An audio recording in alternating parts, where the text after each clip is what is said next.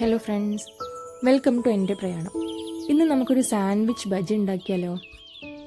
ഒരു easy and healthy colourful സ്നാക്കാണ് കേട്ടോ. അപ്പോൾ ഇതെങ്ങനെയാണ് ഉണ്ടാക്കുന്നതെന്ന് ആദ്യം നോക്കാം.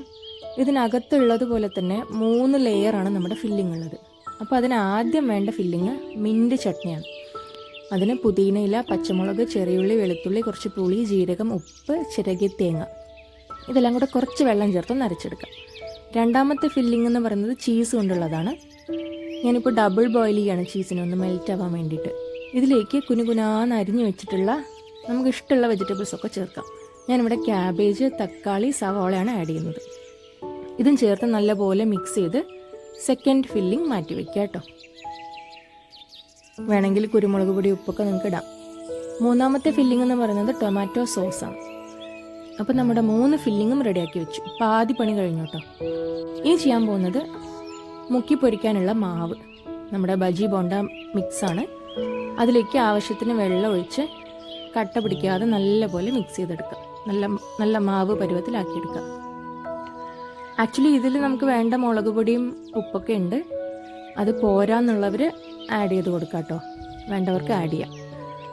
ശേഷം നമ്മൾ ബ്രെഡ് എടുത്തിട്ടുണ്ട്. ഇത് സാൻഡ്വിച്ച് ബ്രെഡൊന്നുമല്ല, നോർമൽ വീറ്റ് ബ്രെഡാണ്. സാൻഡ്വിച്ച് ബ്രെഡാണ് കുറച്ചുകൂടെ നല്ലത് കേട്ടോ. അപ്പോൾ അതിൻ്റെ 4 സൈഡ്സും കട്ട് ചെയ്ത ശേഷം ചപ്പാത്തി പരത്തുന്നതുകൊണ്ട് ജസ്റ്റ് ഒന്ന് പ്രസ് ചെയ്ത് കൊടുക്കുകയാണേ. അപ്പോൾ എല്ലാം പ്രസ്സായി വന്നിട്ടുണ്ട്.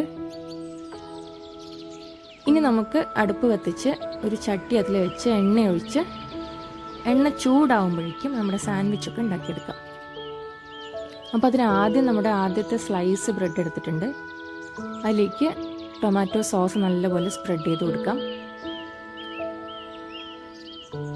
അതിൻ്റെ മീതേക്ക് അടുത്ത സ്ലൈസ് ബ്രെഡ്, അതിൽ ചീസിൻ്റെ ഫില്ലിങ് സ്പ്രെഡ് ചെയ്യണം. ഈ ചീസിൻ്റെ ഫില്ലിങ്ങിലിടുന്ന വെജിറ്റബിൾസ് എത്രത്തോളം കനം കുറച്ച് ചെറുതായി അരിയുന്നോ അത്രയും നന്നായിട്ട് ഇത് അതിൽ ഒട്ടിച്ചേർന്ന് നിൽക്കും കേട്ടോ.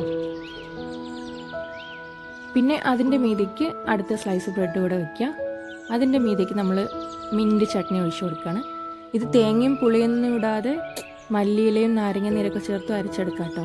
എനിക്ക് അതിൻ്റെ ടേസ്റ്റ് കുറച്ചുകൂടെ ഹെവി ആയിട്ട് തോന്നിയതുകൊണ്ടാണ് ഇതിങ്ങനെ കുറച്ച് പ്ലെയിൻ ആക്കിയത്. അത് കഴിഞ്ഞ് അതിൻ്റെ മേത്ത് അടുത്ത സ്ലൈസ് ബ്രെഡ് കൂടെ വയ്ക്കാം. അപ്പോൾ നമ്മുടെ സാൻഡ്വിച്ച് ഇവിടെ റെഡി ആയിട്ടുണ്ട് കേട്ടോ. ഈ സാൻഡ്വിച്ച് ഒരുപാട് നേരം ഇങ്ങനെ എടുത്ത് വെക്കരുത്, കാരണം ഈ 3 ഫില്ലിങ്ങും വെള്ളമുള്ളതാണ്. അതുകൊണ്ട് തന്നെ പെട്ടെന്ന് ബ്രെഡ് കുതിർന്നു പോകാൻ സാധ്യതയുണ്ട്. അപ്പോൾ എണ്ണ ചൂടായി കഴിഞ്ഞാൽ നമ്മുടെ സാൻഡ്വിച്ചിനെ മാവിൽ നല്ലപോലെ കോട്ട് ചെയ്തെടുക്കാം.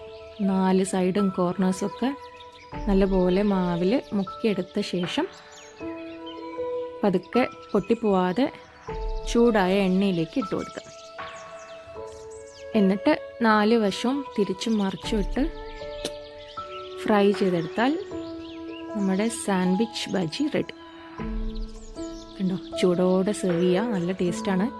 നമുക്ക് വേണ്ട വെജിറ്റബിൾസ് ഒക്കെ ഇട്ട് കൊടുക്കാം, കളർഫുള്ളാക്കാം, കുട്ടികളുടെ ഇഷ്ടത്തിന് ഡെക്കറേറ്റ് ചെയ്ത് കൊടുക്കാം. ഒരു വെറൈറ്റി സ്നാക്കല്ലേ. അപ്പോൾ എല്ലാവരും ട്രൈ ചെയ്യുക. എല്ലാവർക്കും ഇഷ്ടമാവും. അഭിപ്രായം അറിയിക്കണം കേട്ടോ.